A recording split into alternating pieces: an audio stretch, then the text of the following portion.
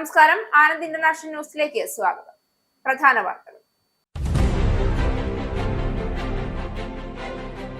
ബ്രിട്ടനിൽ പ്രധാനമന്ത്രി പദം രാജിവെച്ചു പോകേണ്ട ഗതികേടിൽ നിന്നും തൽക്കാലം രക്ഷപ്പെട്ട് കീർ സ്റ്റാർമർ രാജിവെക്കേണ്ട എന്ന തീരുമാനത്തിലെത്തിയത് ക്യാബിനറ്റ് യോഗത്തിൽ പിന്തുണ ലഭിച്ചതോടെ തന്നെ പുറത്താക്കാൻ ശ്രമിക്കുന്നതിന് പകരം റിഫോമിനെതിരെ പോരാട്ടം തിരിച്ചുവിടണമെന്ന് എംപിമാരോട് ആവശ്യപ്പെട്ട് സ്റ്റാർമർക്ക് വിനയായത് ജെഫ്രി എപ്സ്റ്റീന്റെ സുഹൃത്ത് മണ്ടൽസനെ US അംബാസഡറായി തിരഞ്ഞെടുത്ത തീരുമാനം. മോർഗൻ വക്സിനെ രാജിവെച്ചതിന് പിന്നാലെ കമ്മ്യൂണിക്കേഷൻസ് ഡയറക്ടർ ടിം അലനും രാജിവെച്ചു. UK-യിലെ ഉന്നത പഠനം സ്വപ്നം കാണുന്ന ഇന്ത്യൻ വിദ്യാർത്ഥികൾക്ക് ആശ്വാസ വാർത്ത. ഇന്ത്യൻ വിദ്യാർത്ഥികൾക്കായി വൈസ് ചാൻസലർ അവാർഡ്സ് 3-ാം വർഷത്തേക്കും പ്രഖ്യാപിച്ച് കിങ്സ് കോളേജ് ലണ്ടൻ. സർവകലാശാലയുടെ നീക്കം സാമ്പത്തിക ബുദ്ധിമുട്ടുകൾ കാരണം മികച്ച വിദ്യാഭ്യാസം നേടാൻ കഴിയാതെ പോകുന്ന മിടുക്കരായ വിദ്യാർത്ഥികളെ കൈപിടിച്ചുയർത്താൻ ഇതുവഴി ലഭിക്കുന്ന 40 പേർക്ക് 5000 പൗണ്ടിന്റെ ഇളവ്. ഈ ആനുകൂല്യം ഫുൾ ടൈം ബിരുദാനന്തര ബിരുദ പഠനത്തിനെത്തുന്നവർക്ക് മാത്രം. ഹൃദ്രോഗ സാധ്യത കുറയ്ക്കാൻ NHS-ൽ വ്യാപകമായി ഉപയോഗിക്കുന്ന സ്റ്റാറ്റിൻ മരുന്നുകളെ കുറിച്ചുള്ള ആശങ്കകൾക്ക് ശാസ്ത്രീയമായ അടിസ്ഥാനമില്ല എന്ന് പഠന റിപ്പോർട്ട്. പേശീവേദനയും പ്രമേഹവും പോലുള്ള ചില ആരോഗ്യ പ്രശ്നങ്ങൾ ഒഴിച്ചാൽ സ്റ്റാറ്റിൻ മരുന്നുകളുടെ ലേബലുകളിൽ പറയുന്ന 66 പാർശ്വഫലങ്ങളിൽ വെറും 4 ശാസ്ത്രീയ തെളിവുകൾ ഉള്ളൂ എന്ന് പുതിയ പഠനം. സ്റ്റാറ്റിൻ മരുന്നുകൾ ഉപയോഗിക്കുന്നത് 3 പതിറ്റാണ്ടുകളായി കോടിക്കണക്കിന് ആളുകൾ. സ്റ്റാറ്റിൻ മരുന്നുകൾ ഹൃദയാഘാതം, പക്ഷാഘാതം, ഹൃദയ സംബന്ധമായ മരണങ്ങൾ എന്നിവ കുറയ്ക്കുന്നതിൽ ഫലപ്രദമാണെന്നും പഠനം. ഇറാനുമായി നിലനിൽക്കുന്ന സംഘർഷങ്ങളുടെ പശ്ചാത്തലത്തിൽ മിഡിൽ ഈസ്റ്റിലേക്ക് മറ്റൊരു വിമാനവാഹിനി സേന കൂടി അയക്കുമെന്ന് US പ്രസിഡന്റ് ഡൊണാൾഡ് ട്രംപ്. ഇറാനുമായി ഉണ്ടാക്കുന്ന ഏതൊരു കരാറിലും അവരുടെ ബാലിസ്റ്റിക് മിസൈലുകൾ ഉൾപ്പെടണമെന്നും ട്രംപ്.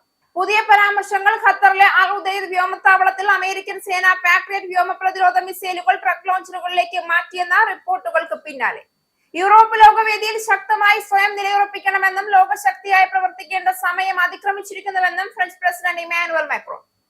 ചൈന, റഷ്യ, US എന്നീ രാജ്യങ്ങളിൽ നിന്നുള്ള ഭീഷണികൾ നേരിടുമ്പോൾ യൂറോപ്പ് ജാഗ്രത പുലർത്തേണ്ടതിന്റെ ആവശ്യകത ഏറിയിട്ടുണ്ടെന്നും ഫ്രഞ്ച് പ്രസിഡന്റ്. ലോകത്തിലെ അരാജകത്വത്തിൽ യൂറോപ്പ് വലിയ വെല്ലുവിളി നേരിടുന്നുവെന്നും മാക്രോണിന്റെ പ്രതികരണം ബ്രസൽസിൽ നടക്കാനിരിക്കുന്ന യൂറോപ്യൻ യൂണിയൻ ഉച്ചകോടിക്ക് മുന്നോടിയായി. ഇന്ത്യയും US-ഉം തമ്മിലുള്ള നിർദ്ദിഷ്ട ഇടക്കാല വ്യാപാര കരാർ ഉടൻ അന്തിമമാകുമെന്ന് വൈറ്റ് ഹൌസ്. ഉഭയകക്ഷി വ്യാപാരത്തിനായി ഇരു രാജ്യങ്ങളും തമ്മിൽ ഇടക്കാല വ്യാപാര കരാറിനുള്ള രൂപരേഖയുണ്ടാക്കിയതായി ഇന്ത്യയും US-ഉം. US-ന്റെ എല്ലാ വ്യവസായികോൽപ്പന്നങ്ങൾക്കും വിവിധ ഭക്ഷ്യ കാർഷികോൽപ്പന്നങ്ങൾക്കും ഇന്ത്യ തീരുവ പൂർണ്ണമായും ഇളവ് ചെയ്യുകയോ കുറയ്ക്കുകയോ ചെയ്യും. ഊർജ്ജം, IT, സാങ്കേതിക വിദ്യ, കൃഷി, കൽക്കരി തുടങ്ങിയ വിവിധ മേഖലകളിലായി $50,000 കോടി അമേരിക്കൻ ഉൽപ്പന്നങ്ങൾ വാങ്ങാമെന്ന് ഇന്ത്യ സമ്മതിച്ചു. ശബരിമല സ്വർണ്ണക്കൊള്ള കേസിൽ ദേവസ്വം മുൻ കമ്മീഷണറും പ്രസിഡന്റുമായ N. വാസുവിന് ജാമ്യം. കേസിലെ പ്രതികളിൽ 5-ാമത്തെയാളാണ് കുറ്റപത്രം സമർപ്പിക്കാത്തതിനാൽ സ്വാഭാവിക ജാമ്യം നേടി പുറത്തുവരുന്നത്. കൊല്ലം വിജിലൻസ് കോടതിയാണ് ജാമ്യം അനുവദിച്ചത്. ജാമ്യം ഉപാധികളോടെ. ലൈംഗികാതിക്രമ കേസിൽ ഷിംജിത മുസ്തഫയ്ക്ക് ജാമ്യം. വാർത്തകൾ വിശദമായി. പീറ്റർ മണ്ടൽസൺ വിവാദം പിടിച്ചുകുലുക്കുന്നതിനിടെ രാജിവെച്ചു പോകേണ്ട ഗതികേടിൽ നിന്നും രക്ഷപ്പെട്ട് പ്രധാനമന്ത്രി കീർ സ്റ്റാർമർ.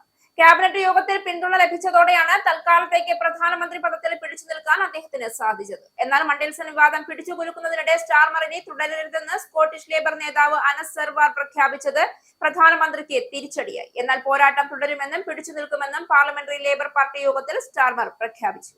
ഞാൻ ഇറങ്ങിയിട്ടുള്ള എല്ലാ പോരാട്ടത്തിലും വിജയിക്കുകയാണ് ചെയ്തിട്ടുള്ളത്. വെറുതെ ഇറങ്ങിപ്പോകാൻ ഞാൻ ഒരുക്കമല്ല. തന്നെ ഒതുക്കാൻ ഇറങ്ങി തിരിച്ച ലേബർ എംപിമാരെ നേരിടാൻ കീർ സ്റ്റാർമർ പ്രയോഗിച്ച വാക്കുകളാണിത്. സ്കോട്ടിഷ് ലേബർ നേതാവ് അനസ് സർവാർ പ്രധാനമന്ത്രിയുടെ രാജി ആവശ്യപ്പെട്ട് മണിക്കൂറുകൾക്ക് ശേഷമാണ് സ്റ്റാർമർ യോഗത്തിനെത്തിയത്. മണ്ടൽസൺ വിവാദത്തിൽ തന്നെ പുറത്താക്കാൻ ശ്രമിക്കുന്നതിന് പകരം പോരാട്ട റിഫോമിനെതിരെ തിരിച്ചുവരണമെന്ന് പ്രധാനമന്ത്രി എംപിമാരോട് ആവശ്യപ്പെട്ടു. ജെഫ്രി എപ്സ്റ്റീന്റെ സുഹൃത്ത് മണ്ടൽസനെ US അംബാസഡറായി തിരഞ്ഞെടുത്ത തീരുമാനമാണ് സ്റ്റാർമർക്ക് വിനയായിരിക്കുന്നത്.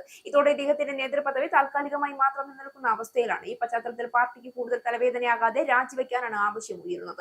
ഇതിനിടെ പ്രധാനമന്ത്രിക്ക് 2-ാമത്തെ സഹായിയെ കൂടി നഷ്ടമായി. ചീഫ് ഓഫ് സ്റ്റാഫ് മോർഗൻ വക്സിനെ രാജിവെച്ചതിന് പിന്നാലെ കമ്മ്യൂണിക്കേഷൻ ഡയറക്ടർ ടിം അലനാണ് രാജിവെച്ചത്. എംപിമാരുടെ യോഗത്തിൽ മണ്ടൽസനെ സുപ്രധാന ജോലിക്ക് നിയോഗിച്ചതിൽ സ്റ്റാർമർ വീണ്ടും മാപ്പ് പറഞ്ഞു. സ്റ്റാർമറുടെ അടുപ്പക്കാരനെന്നറിയപ്പെട്ടിരുന്ന സർവാർ ഇപ്പോൾ എതിർപ്പ് പ്രകടിപ്പിച്ചത് ലേബർ പാർട്ടിയിലെ വിമതസ്വരം എത്രത്തോളം ശക്തമാണ് എന്നതിന് തെളിവാണ്.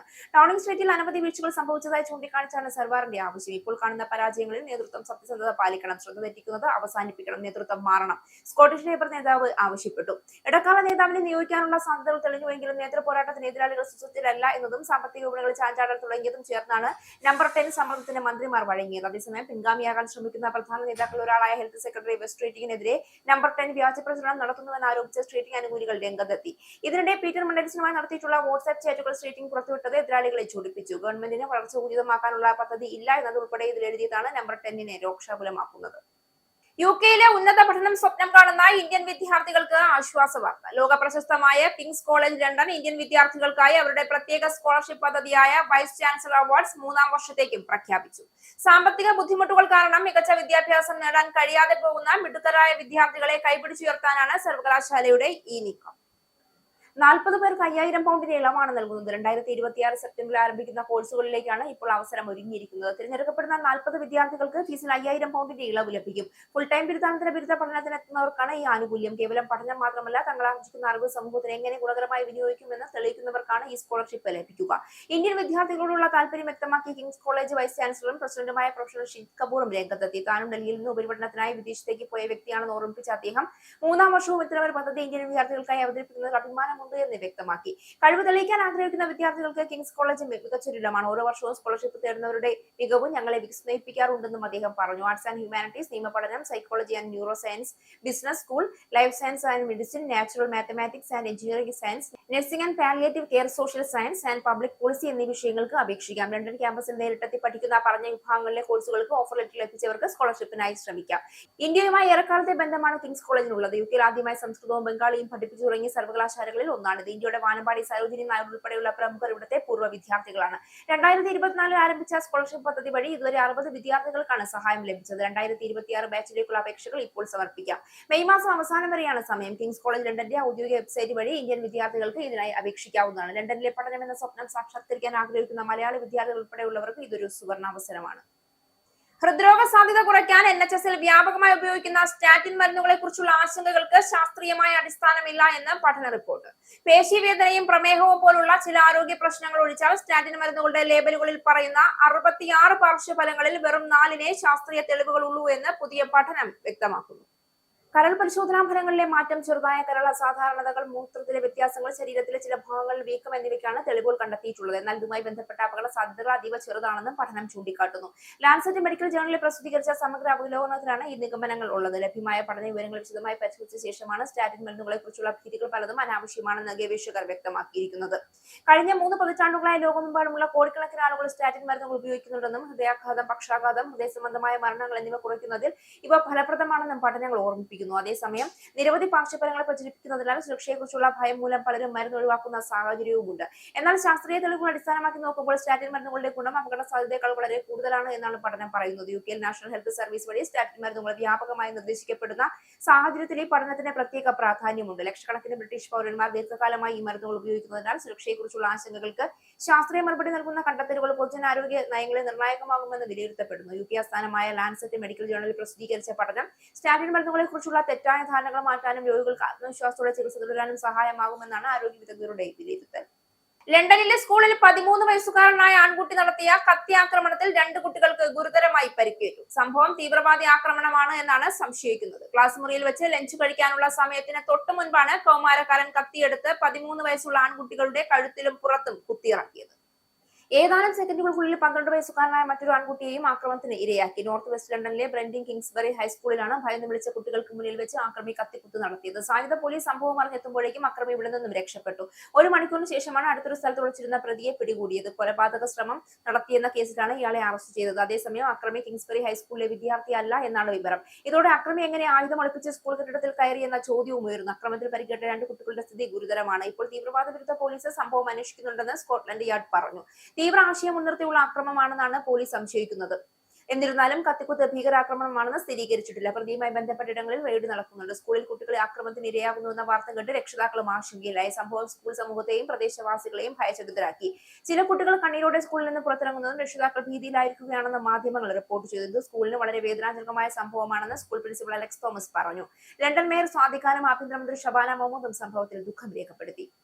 യുകെയിൽ പുതുക്കിയ ഊർജ്ജ ലക്ഷ്യങ്ങൾ കൈവരിക്കുന്ന നടപടികളുടെ ഭാഗമായി രാജ്യത്തുടനീളം കൂടുതൽ സോളാർ ഫാമുകൾ വരുന്നു. സർക്കാർ നടത്തിയ ഊർജ്ജ ലേലത്തിന് പിന്നാലെ ഇംഗ്ലണ്ട്, സ്കോട്ട്ലൻഡ്, വെയിൽസ് എന്നിവിടങ്ങളിലായി 157 പുതിയ സോളാർ പദ്ധതികൾക്കാണ് കരാർ അനുവദിച്ചത്. ഇതോടെ രാജ്യത്തിന്റെ ഊർജ്ജ ഉൽപാദന ശേഷി വൻതോതിൽ വർദ്ധിക്കുമെന്നാണ് വിലയിരുത്തപ്പെടുന്നത്. കാലാവസ്ഥാ വിദഗ്ധരും എനർജി സംഘടനകളും ഈ തീരുമാനത്തെ സ്വാഗതം ചെയ്തു. വേനൽക്കാലങ്ങളിൽ ഫോസിൽ ഇന്ധനങ്ങളെ ആശ്രയിക്കുന്നത് കുറയ്ക്കാൻ സോളാർ എനർജി നല്ല പരിഹാരമാണെന്ന് ഇവർ ചൂണ്ടിക്കാട്ടുന്നു. കാർബൺ പുറന്തള്ളൽ കുറയ്ക്കാനും ഊർജ്ജസുരക്ഷ ഉറപ്പാക്കാനും ഈ പദ്ധതികൾ സഹായകരമാകുമെന്നാണ് സർക്കാർ നിലപാട്. അതേസമയം വലിയ തോതിലുള്ള സോളാർ ഫാമുകൾ പ്രാദേശിക മേഖലകളിൽ സ്ഥാപിക്കുന്നതിനെതിരെ ചില പ്രദേശവാസികൾ പ്രതിഷേധം ഉയർത്തിയിട്ടുണ്ട്. കൃഷിയിടങ്ങളും പ്രകൃതി ഭംഗിയും നഷ്ടപ്പെടുമെന്ന ആശങ്കയാണ് എതിർപ്പിന് കാരണം. യുകെയിൽ വരുന്ന മാർച്ച് 31 മുതൽ മാലിന്യ ശേഖരണ നിയമത്തിൽ വലിയ മാറ്റമാണ് വരുന്നത്. വിവിധ മാലിന്യങ്ങൾ നിർദ്ദേശങ്ങൾ അനുസരിച്ച് വേർതിരിച്ച് വ്യത്യസ്ത കൂടകളിലായി നിക്ഷേപിക്കേണ്ടി വരും. ചുരുങ്ങിയത് 4 മാലിന്യ കൂടകളെങ്കിലും ഒരു വീട്ടിലുണ്ടാകും. മാലിന്യങ്ങളെ 4ആയി വേർതിരിച്ച് ഓരോന്നും അതിനടുത്തായുള്ള കൂടകളിൽ നിക്ഷേപിക്കണം. പലയിടങ്ങളിലും ഇത് ആശയക്കുഴപ്പങ്ങൾക്ക് ഇടയാക്കിയേക്കും.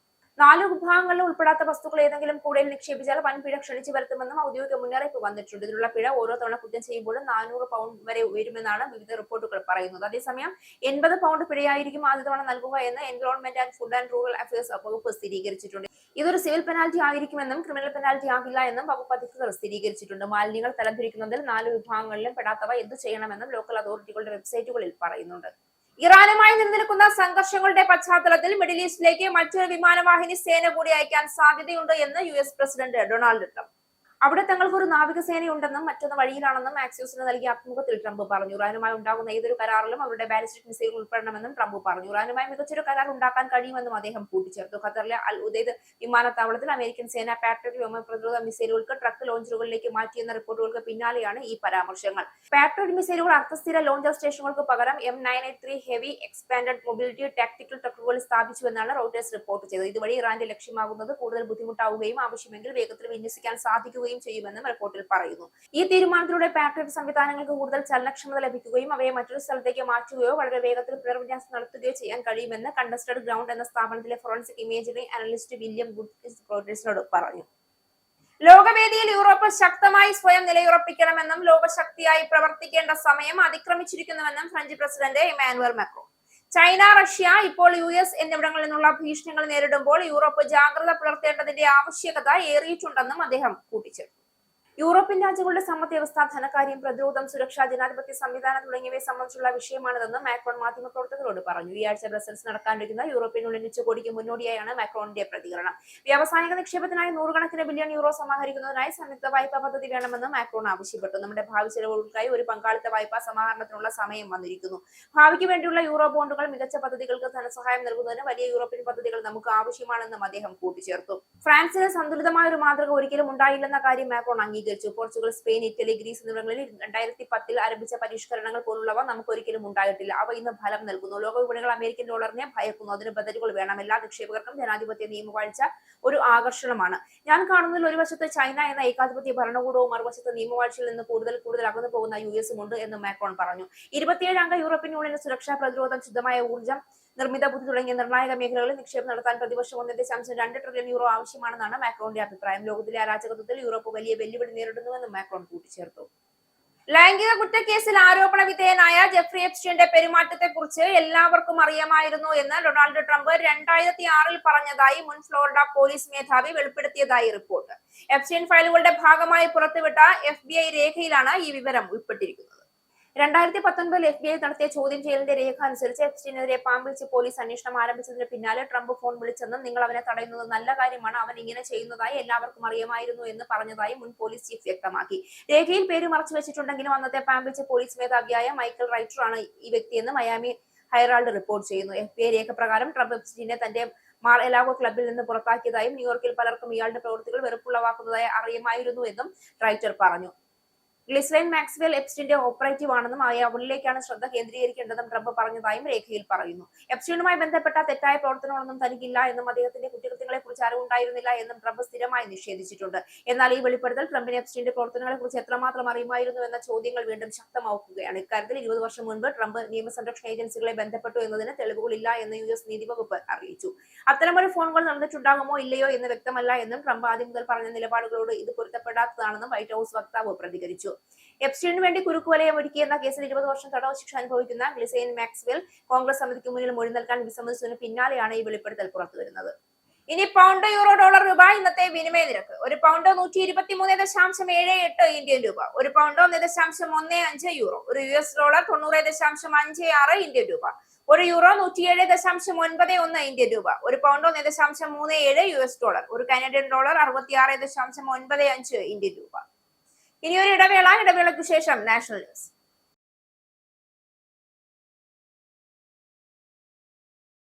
നമസ്കാരം, നാഷണൽ ന്യൂസിലേക്ക് സ്വാഗതം. ഇന്ത്യയും US-ഉം തമ്മിലുള്ള നിർദ്ദിഷ്ട ഇടക്കാല വ്യാപാര കരാർ ഏതാനും ആഴ്ചകൾക്കുള്ളിൽ അന്തിമമാകുമെന്ന് വൈറ്റ് ഹൌസ് അറിയിച്ചു. ഈ കരാർ അമേരിക്കൻ തൊഴിലാളികൾക്കും വ്യവസായങ്ങൾക്കും നേട്ടമുണ്ടാകുന്ന വിധത്തിലായിരിക്കുമെന്നും പറഞ്ഞു. തിങ്കളാഴ്ച വൈറ്റ് ഹൌസ് പുറത്തുവിട്ട US-ഉം ഇന്ത്യയും ചരിത്രപരമായ വ്യാപാര കരാർ പ്രഖ്യാപിച്ചു എന്ന പേരിലുള്ള വിവരരേഖയിലാണ് ഇക്കാര്യം പറയുന്നത്. അതുകൂടാതെ ഇരു രാജ്യങ്ങൾക്കിടയിലും നിലനിൽക്കുന്ന തീരുവ നിയന്ത്രണങ്ങൾ, സാങ്കേതിക തടസ്സങ്ങൾ, കസ്റ്റംസ് നടപടികൾ, അന്യായമായ വ്യാപാര നടപടികൾക്കെതിരെ സ്വീകരിക്കുന്ന നടപടി, ബൗദ്ധിക സ്വത്തവകാശം, തൊഴിൽ നയം, തൊഴിലാളി അവകാശങ്ങൾ, പരിസ്ഥിതി സംരക്ഷണം, സേവനം, നിക്ഷേപം, സർക്കാർ ആവശ്യങ്ങൾക്കായുള്ള വാങ്ങലുകൾ എന്നിവ സംബന്ധിച്ച പ്രശ്നങ്ങൾ പരിഹരിക്കുന്നതിനായുള്ള ചർച്ചകൾ തുടരുമെന്നും അറിയിച്ചു. ഫലപ്രദമായ ഉഭയകക്ഷി വ്യാപാരത്തിനായി ഇരു രാജ്യങ്ങളും തമ്മിൽ ഇടക്കാല വ്യാപാര കരാറിനുള്ള രൂപരേഖയുണ്ടാക്കിയതായി ഇന്ത്യയും US-ഉം സംയുക്ത പ്രസ്താവനയിലൂടെ പ്രഖ്യാപിച്ച ദിവസങ്ങൾക്കു ശേഷമാണ് വൈറ്റ് ഹൌസ് ഫാക്ട് ഷീറ്റ് പുറത്തുവിടുന്നത്. കരാറിലെ പ്രധാന വ്യവസ്ഥകളെല്ലാം അതിലുണ്ട്. US-ന്റെ എല്ലാ വ്യവസായിക ഉൽപ്പന്നങ്ങൾക്കും വിവിധ ഭക്ഷ്യകാർഷിക ഉൽപ്പന്നങ്ങൾക്കും ഇന്ത്യ തീരുവ പൂർണ്ണമായും ഇളവ് ചെയ്യുകയോ കുറയ്ക്കുകയോ ചെയ്യുമെന്ന് അതിൽ പറയുന്നു. ഊർജ്ജം, IT, സാങ്കേതികവിദ്യ, കൃഷി, കൽക്കരി തുടങ്ങിയ വിവിധ മേഖലകളിലായി $50,000 കോടി അമേരിക്കൻ ഉൽപ്പന്നങ്ങൾ വാങ്ങാമെന്ന് ഇന്ത്യ സമ്മതിച്ചിട്ടുണ്ടെന്ന രേഖയിൽ വ്യക്തമായി പറയുന്നുണ്ട്. തന്നെ പുറത്താക്കാനുള്ള പ്രമേയത്തിന് പ്രതിപക്ഷം നോട്ടീസ് നൽകിയ സാഹചര്യത്തിൽ പ്രമേയത്തിൽ തീരുമാനമാകുന്നതുവരെ സഭാ നടപടികളിൽ നിന്ന് സ്പീക്കർ ഓം ബിർള വിട്ടുനിൽക്കും. തൃണമൂൽ കോൺഗ്രസ് ഒഴികെയുള്ള പ്രതിപക്ഷ പാർട്ടികളിലെ 118 അംഗങ്ങൾ ഒപ്പിട്ട നോട്ടീസ് ഇന്നലെ ഉച്ചയ്ക്കാണ് ലോക്സഭാ സെക്രട്ടറി ജനറൽ ഉത്പൽ കുമാർ സിംഗിന് നൽകിയത്. നോട്ടീസ് പരിശോധിച്ച് ഉചിതമായ നടപടി സ്വീകരിക്കാൻ സ്പീക്കർ സെക്രട്ടറി ജനറലിന് നിർദ്ദേശം നൽകിയെന്നാണ് വിവരം. പ്രതിപക്ഷ പാർട്ടികളുടെ നേതാക്കൾക്ക് പല അവസരങ്ങളിലും പ്രസംഗിക്കാൻ അനുമതി നിഷേധിച്ചതായും പാർലമെന്റിൽ പ്രസംഗിക്കുക എന്ന അടിസ്ഥാന ജനാധിപത്യ അവകാശത്തിന്റെ ലംഘനമാണിതെന്നും നോട്ടീസിൽ ആരോപിക്കുന്നു. പ്രതിപക്ഷ നേതാവ് രാഹുൽ ഗാന്ധി ഇന്ന് പാർലമെന്റിൽ സംസാരിക്കും. ബജറ്റിന്മേൽ നടന്ന ചർച്ചകൾക്ക് ധനമന്ത്രി നിർമ്മല സീതാരാമൻ മറുപടി പറയും. ഇറാനിൽ നിന്ന് പെട്രോളിയം ഉൽപ്പന്നങ്ങൾ ഇറക്കുമതി ചെയ്തെന്ന ആരോപണത്തിൽ US ഏജൻസി വിവരങ്ങൾ തേടിയതായി അദാനി എന്റർപ്രൈസസ് അറിയിച്ചു. കഴിഞ്ഞ വർഷം ജൂണിൽ US മാധ്യമം പ്രസിദ്ധീകരിച്ച റിപ്പോർട്ടിൽ ഉപരോധം മറികടക്കാനായി പ്രത്യേക കപ്പൽപാതകളിലൂടെ അദാനിയുമായി ബന്ധമുള്ള കമ്പനികൾ ഇറാനിൽ നിന്ന് LPG ഇന്ത്യയിലേക്ക് ഇറക്കുമതി ചെയ്തു എന്ന് പരാമർശിച്ചിരുന്നു. ആരോപണം അദാനി ഗ്രൂപ്പ് അന്നേ തള്ളി. US-ന്റെ office of foreign assets control ആണ് ഇപ്പോൾ ഇത് സംബന്ധിച്ച വിവരം തേടിയത്. ആവശ്യമുള്ള വിവരങ്ങൾ നൽകുമെന്ന് അദാനി ഗ്രൂപ്പ് അറിയിച്ചു. സ്കൂളുകളിലും സർക്കാർ ചടങ്ങുകളിലും ദേശീയഗാനമായ ജനഗണമനയ്ക്ക് മുൻപായി ദേശീയ ഗീതമായ വന്ദേമാതരം ആലപിക്കണമെന്ന് കേന്ദ്ര ആഭ്യന്തര മന്ത്രാലയം. വന്ദേമാതരം ആലപിക്കുമ്പോൾ എല്ലാവരും എഴുന്നേറ്റ് നിൽക്കണമെന്നും പുതിയ നിർദ്ദേശത്തിലുണ്ട്. പത്മ പുരസ്കാരങ്ങൾ പോലുള്ള ബഹുമതികൾ നൽകുന്ന ചടങ്ങുകളിലും രാഷ്ട്രപതി പങ്കെടുക്കുന്ന മറ്റു പരിപാടികളിലും വന്ദേമാതരം ആലപിക്കണം. സിനിമാ തിയേറ്ററുകൾ പോലുള്ള പൊതുസ്ഥലങ്ങളിലും ഇത് കേൾപ്പിക്കണം. എന്നാൽ ഇത്തരം ഇടങ്ങളിൽ എഴുന്നേറ്റ് നിൽക്കണമെന്ന് നിർബന്ധമില്ല. 1937 കോൺഗ്രസ് നീക്കം ചെയ്തെന്ന് BJP ആരോപിച്ചിരുന്ന 4 വരികൾ ഉൾപ്പെടെ വന്ദേമാതരത്തിലെ 6 ചരണങ്ങളും ഇനി മുതൽ ആരംഭിക്കണം. ദേശീയഗാനത്തിന് നൽകുന്ന അതേ ആദരവും പ്രോട്ടോകോളും വന്ദേമാതരത്തിന് നൽകാൻ സർക്കാർ പദ്ധതിയിടുന്നതായി കഴിഞ്ഞ മാസം റിപ്പോർട്ടുകൾ പുറത്തു വന്നിരുന്നു. പുതിയ നിയമപ്രകാരം ദേശീയഗാനത്തെയോ ദേശീയ ഗീതത്തെയോ തടസ്സപ്പെടുത്തുകയോ മറ്റുള്ളവർ ആദരിക്കുന്നത് തടയുകയോ ചെയ്യുന്നവർക്ക് പരമാവധി 3 വർഷം വരെ തടവ് ശിക്ഷ ലഭിക്കാം. ഒഴിവാക്കപ്പെട്ട 4 ചരണങ്ങൾ കൂടി ഉൾപ്പെടുത്തിയുള്ള പുതിയ നിർദ്ദേശം രാഷ്ട്രീയ വിവാദങ്ങൾക്ക് വഴിവെക്കാൻ സാധ്യതയുണ്ട്. കഴിഞ്ഞ വർഷം ഈ വിഷയത്തിൽ BJP-യും കോൺഗ്രസും തമ്മിൽ രൂക്ഷമായ തർക്കങ്ങൾ നടന്നിരുന്നു. ശബരിമല സ്വർണ്ണക്കൊള്ള കേസിൽ ജയിലിൽ കഴിയുന്ന ദേവസ്വം മുൻ കമ്മീഷണറും പ്രസിഡന്റുമായ N. വാസുവിന് ജാമ്യം. കൊല്ലം വിജിലൻസ് കോടതിയാണ് ജാമ്യം അനുവദിച്ചത്. കേസിലെ പ്രതികളിൽ 5ാമത്തെ ആളാണ് കുറ്റപത്രം സമർപ്പിക്കാത്തതിനാൽ സ്വാഭാവിക ജാമ്യം നേടി പുറത്തുവരുന്നത്. കുറ്റപത്രം സമർപ്പിക്കാത്ത സാഹചര്യം ചൂണ്ടിക്കാട്ടി ഉപാധികളോടെയാണ് ജാമ്യം. കട്ടിളപ്പാളി കേസിലെ 3ാം പ്രതിയാണ് വാസു. പ്രത്യേക അന്വേഷണ സംഘം 90 ദിവസത്തിനകം കുറ്റപത്രം സമർപ്പിക്കാത്തത് പഴുതാക്കിയാണ് വാസുവും പുറത്തിറങ്ങുന്നത്. പ്രതി സമർപ്പിച്ച സ്വാഭാവിക ജാമ്യ ഹർജിയിൽ വാദം പൂർത്തിയാക്കിയാണ് ജാമ്യം അനുവദിച്ചുള്ള ഉത്തരവുണ്ടായത്. അതേസമയം കേസിലെ മറ്റു പ്രതികളായ പങ്കജ് ഭണ്ഡാരി, ഗോവർദ്ധൻ, KS ബൈജു എന്നിവരുടെ റിമാൻഡ് 14 ദിവസത്തേക്ക് നീട്ടി. നേരത്തെ 1ാം പ്രതി ഉണ്ണികൃഷ്ണൻ പോറ്റി ഉൾപ്പെടെയുള്ളവർക്കും സ്വാഭാവിക ജാമ്യം ലഭിച്ചിരുന്നു.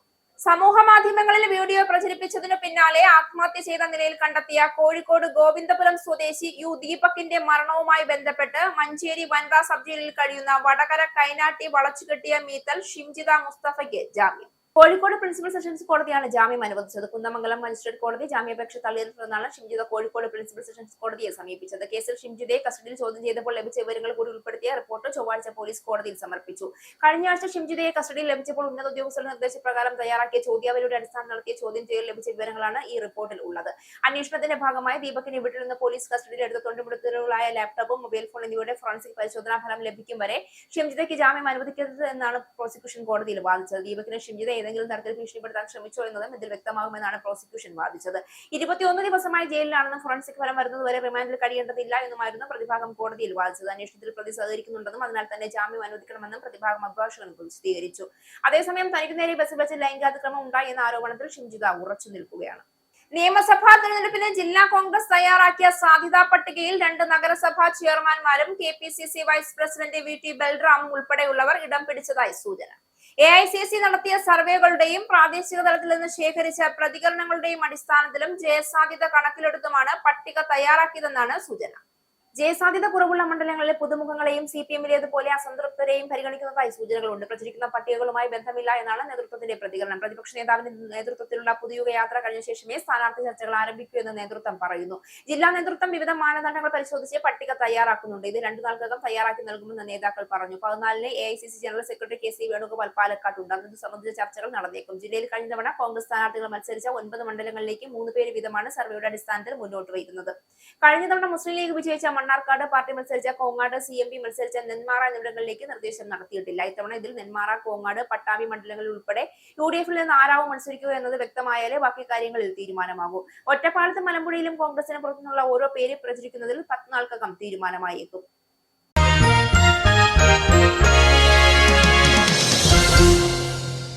കഴിഞ്ഞ ലോകകപ്പിൽ തോൽവിയുടെ നാണക്കേടിലേക്ക് തങ്ങളെ തള്ളിയിട്ട US-നോട് ഇക്കുറി പാകിസ്ഥാൻ പകരം ചോദിച്ചു. 2020 ക്രിക്കറ്റ് ലോകകപ്പ് ഗ്രൂപ്പ് എയിൽ ചൊവ്വാഴ്ച 32 റൺസിന് US-നെ പാകിസ്ഥാൻ കീഴടക്കി. ആദ്യ മത്സരത്തിൽ നെതർലാൻഡ്സിനെ തോൽപ്പിച്ച പാകിസ്ഥാൻ രണ്ടാം ജയത്തോടെ 4 പോയിന്റുമായി എ ഗ്രൂപ്പിൽ ഒന്നാമതായി. 2024 T20 ലോകകപ്പിൽ സൂപ്പർ ഓവറിലാണ് അമേരിക്ക പാകിസ്ഥാനെ അട്ടിമറിച്ചത്. ടോസ് നഷ്ടപ്പെട്ട ബാറ്റിംഗ് നയിക്കപ്പെട്ട പാകിസ്ഥാന്റെ തുടക്കം അതിഗംഭീരമായിരുന്നു. 41 പന്തിൽ 73 റൺസ് എടുത്ത ഓപ്പണർ സാഹിബ് സദ ഫർഹാനാണ് കുതിപ്പിന് നേതൃത്വം കൊടുത്തത്. മറുഭാഗത്ത് സയ്യിം അയ്യൂബ് ഉറച്ച പിന്തുണ കൊടുത്തോടെ 5 ഓവറിൽ സ്കോർ 54-ലെത്തി. 6-ാം ഓവറിൽ 2 വിക്കറ്റുകൾ വീഴ്ത്തിയ ഷാർലി വാൻ ഷാൻകിൽ കുതിപ്പിന് ബ്രേക്ക് ഇട്ടു. ആദ്യ പന്തിൽ സയ്യിം അയ്യൂബും അവസാന പന്തിൽ ക്യാപ്റ്റൻ സൽമാൻ ആകെയും ക്യാച്ചായി. ഇവിടെ ഒന്നിച്ച സാഹിബ് സദാ ബാബർ അസം സഖ്യം പാക് ഇന്നിംഗ്സിന് കരുത്തായി. 3-ാം വിക്കറ്റിൽ ഈ സഖ്യം 53 പന്തിൽ 81 റൺസ് അടിച്ചെടുത്തു. 27 പന്തിൽ സാഹിബ് സദ അർദ്ധ സെഞ്ചുറി തികച്ചു. 10 ഓവറിൽ 2-ന് 85 റൺസിലെത്തിയ പാകിസ്ഥാൻ 200 കടക്കുമെന്ന് തോന്നിച്ചു. ഹർമീത് സിംഗിനെതിരെ 13-ാം ഓവറിൽ 3 ഫോറും 1 സിക്സും ഉൾപ്പെടെ 21 റൺസ് അടിച്ചുകൂട്ടി. എന്നാൽ അടുത്തടുത്ത ഓവറുകളിൽ ഇരുവരോടും പുറത്തായത് US-ന് ആശ്വാസമായി. സാഹിബ് സദ 6 ഫോറും 5 സിക്സും കണ്ടെത്തി. അവസാന ഘട്ടത്തിൽ ശതാബ് ഖാനും തകർത്തടിച്ചതോടെയാണ് 190-ലെത്തിയത്. മറുപടി ബാറ്റിംഗിൽ പൊരുതി നോക്കിയ ശേഷമാണ് US കീഴടങ്ങിയത്. പ്രധാന വാർത്തകൾ ഒരിക്കൽ കൂടി. ബ്രിട്ടനിൽ പ്രധാനമന്ത്രി പദം രാജിവെച്ച് പോകേണ്ട ഗതികേടിൽ നിന്നും തൽക്കാലം രക്ഷപ്പെട്ട് കീർ സ്റ്റാർമർ. രാജിവെക്കേണ്ട എന്ന തീരുമാനത്തിലെത്തിയത് ക്യാബിനറ്റ് യോഗത്തിൽ പിന്തുണ ലഭിച്ചതോടെ. തന്നെ പുറത്താക്കാൻ ശ്രമിക്കുന്നതിന് പകരം റിഫോമിനെതിരെ പോരാട്ടം തിരിച്ചുവിടണമെന്ന് MP-മാരോട് ആവശ്യപ്പെട്ട് സ്റ്റാർമർ. സ്റ്റാർമർക്ക് വിനയായത് ജെഫ്രി എപ്സ്റ്റീന്റെ സുഹൃത്ത് മണ്ടൽസനെ US അംബാസഡറായി തിരഞ്ഞെടുത്ത തീരുമാനം. മോർഗാൻ വക്സിനെ രാജിവെച്ചതിന് പിന്നാലെ കമ്മ്യൂണിക്കേഷൻസ് ഡയറക്ടർ ടിം അലനും രാജിവെച്ചു. UK-യിലെ ഉന്നത പഠനം സ്വപ്നം കാണുന്ന ഇന്ത്യൻ വിദ്യാർത്ഥികൾക്ക് ആശ്വാസ വാർത്ത. ഇന്ത്യൻ വിദ്യാർത്ഥികൾക്കായി വൈസ് ചാൻസലർ അവാർഡ്സ് 3-ാം വർഷത്തേക്കും പ്രഖ്യാപിച്ച് കിങ്സ് കോളേജ് ലണ്ടൻ. സർവകലാശാലയുടെ നീക്കം സാമ്പത്തിക ബുദ്ധിമുട്ടുകൾ കാരണം മികച്ച വിദ്യാഭ്യാസം നേടാൻ കഴിയാതെ പോകുന്ന മിടുക്കരായ വിദ്യാർത്ഥികളെ കൈപിടിച്ചുയർത്താൻ. ഇതുവഴി ലഭിക്കുന്ന 40 പേർക്ക് 5000 പൗണ്ടിന്റെ ഇളവ്. ഈ ആനുകൂല്യം ഫുൾ ടൈം ബിരുദാനന്തര ബിരുദ പഠനത്തിനെത്തുന്നവർക്ക് മാത്രം. ഹൃദ്രോഗ സാധ്യത കുറയ്ക്കാൻ NHS-ൽ വ്യാപകമായി ഉപയോഗിക്കുന്ന സ്റ്റാറ്റിൻ മരുന്നുകളെ കുറിച്ചുള്ള ആശങ്കകൾക്ക് ശാസ്ത്രീയമായ അടിസ്ഥാനമില്ല എന്ന് പഠന റിപ്പോർട്ട്. പേശിവേദനയും പ്രമേഹവും പോലുള്ള ചില ആരോഗ്യ പ്രശ്നങ്ങൾ ഒഴിച്ചാൽ സ്റ്റാറ്റിൻ മരുന്നുകളുടെ ലേബലുകളിൽ പറയുന്ന 66 പാർശ്വഫലങ്ങളിൽ വെറും 4-നെ ശാസ്ത്രീയ തെളിവുകൾ ഉള്ളൂ എന്ന് പുതിയ പഠനം. സ്റ്റാറ്റിൻ മരുന്നുകൾ ഉപയോഗിക്കുന്നത് 3 പതിറ്റാണ്ടുകളായി കോടിക്കണക്കിന് ആളുകൾ. സ്റ്റാറ്റിൻ മരുന്നുകൾ ഹൃദയാഘാതം, പക്ഷാഘാതം, ഹൃദയ സംബന്ധമായ മരണങ്ങൾ എന്നിവ കുറയ്ക്കുന്നതിൽ ഫലപ്രദമാണെന്നും പഠനം. ഇറാനുമായി നിലനിൽക്കുന്ന സംഘർഷങ്ങളുടെ പശ്ചാത്തലത്തിൽ മിഡിൽ ഈസ്റ്റിലേക്ക് മറ്റൊരു വിമാനവാഹിനി സേന കൂടി അയക്കുമെന്ന് US പ്രസിഡന്റ് ഡൊണാൾഡ് ട്രംപ്. ഇറാനുമായി ഉണ്ടാക്കുന്ന ഏതൊരു കരാറിലും അവരുടെ ബാലിസ്റ്റിക് മിസൈലുകൾ ഉൾപ്പെടണമെന്നും ട്രംപ്. പുതിയ പരാമർശങ്ങൾ ഖത്തറിലെ അൽ ഉദൈദ് വ്യോമത്താവളത്തിൽ അമേരിക്കൻ സേന പാട്രിയറ്റ് വ്യോമ പ്രതിരോധ മിസൈലുകൾ ട്രക്ക് ലോഞ്ചറുകളിലേക്ക് മാറ്റിയെന്ന റിപ്പോർട്ടുകൾക്ക് പിന്നാലെ. യൂറോപ്പ് ലോകവേദിയിൽ ശക്തമായി സ്വയം നിലയുറപ്പിക്കണമെന്നും ലോകശക്തിയായി പ്രവർത്തിക്കേണ്ട സമയം അതിക്രമിച്ചിരിക്കുന്നുവെന്നും French president Emmanuel Macron. China, Russia, US എന്നീ രാജ്യങ്ങളിൽ നിന്നുള്ള ഭീഷണികൾ നേരിടുമ്പോൾ യൂറോപ്പ് ജാഗ്രത പുലർത്തേണ്ടതിന്റെ ആവശ്യകത ഏറിയിട്ടുണ്ടെന്നും ഫ്രഞ്ച് പ്രസിഡന്റ്. ലോകത്തിലെ അരാജകത്വത്തിൽ യൂറോപ്പ് വലിയ വെല്ലുവിളി നേരിടുന്നുവെന്നും മാക്രോൺ. മാക്രോണിന്റെ പ്രതികരണം ബ്രസൽസിൽ നടക്കാനിരിക്കുന്ന യൂറോപ്യൻ യൂണിയൻ ഉച്ചകോടിക്ക് മുന്നോടിയായി. ഇന്ത്യയും US-ഉം തമ്മിലുള്ള നിർദ്ദിഷ്ട ഇടക്കാല വ്യാപാര കരാർ ഉടൻ അന്തിമമാകുമെന്ന് വൈറ്റ് ഹൌസ്. ഉഭയകക്ഷി വ്യാപാരത്തിനായി ഇരു രാജ്യങ്ങളും തമ്മിൽ ഇടക്കാല വ്യാപാര കരാറിനുള്ള രൂപരേഖയുണ്ടാക്കിയതായി ഇന്ത്യയും US-ഉം. US-ന്റെ എല്ലാ വ്യവസായികോൽപ്പന്നങ്ങൾക്കും വിവിധ ഭക്ഷ്യ കാർഷികോൽപ്പന്നങ്ങൾക്കും ഇന്ത്യ തീരുവ പൂർണ്ണമായും ഇളവ് ചെയ്യുകയോ കുറയ്ക്കുകയോ ചെയ്യും. ഊർജ്ജം, IT, സാങ്കേതിക വിദ്യ, കൃഷി, കൽക്കരി തുടങ്ങിയ വിവിധ മേഖലകളിലായി $50,000 കോടി അമേരിക്കൻ ഉൽപ്പന്നങ്ങൾ വാങ്ങാമെന്ന് ഇന്ത്യ സമ്മതിച്ചു. ശബരിമല സ്വർണ്ണക്കൊള്ള കേസിൽ ദേവസ്വം മുൻ കമ്മീഷണറും പ്രസിഡന്റുമായ N. വാസുവിന് ജാമ്യം. കേസിലെ പ്രതികളിൽ 5-മത്തെയാളാണ് കുറ്റപത്രം സമർപ്പിക്കാത്തതിനാൽ സ്വാഭാവിക ജാമ്യം നേടി പുറത്തുവരുന്നത്. കൊല്ലം വിജിലൻസ് കോടതിയാണ് ജാമ്യം അനുവദിച്ചത്. ജാമ്യം ഉപാധികളോടെ. ലൈംഗികാതിക്രമ കേസിൽ ഷിംജിത മുസ്തഫയ്ക്ക് ജാമ്യം. ഈ ന്യൂസ് ബുള്ളറ്റിൻ അവസാനിച്ചു. നന്ദി.